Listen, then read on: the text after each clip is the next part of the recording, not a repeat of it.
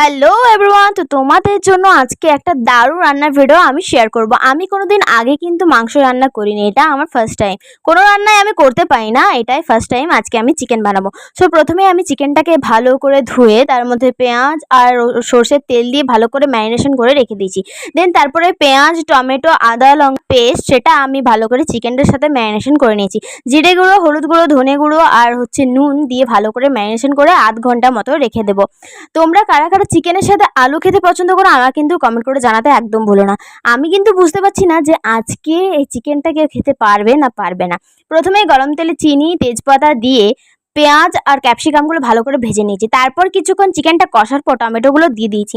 তারপরে আলুগুলো দিয়ে চিকেন মশলা দিয়ে সব কিছু ভালো করে নেড়ে একদম কষা কষা করে নিয়েছি। লিটারালি গাইস, আমি ভাবিনি যে চিকেনটা এত দারুণ খেতে হবে, তা আবার ফার্স্ট টাইম। সবাই কিন্তু অনেক নাম করেছে। তোমরা বাড়িতে ট্রাই করো আর আমাকে কমেন্ট করে জানাও। বাই।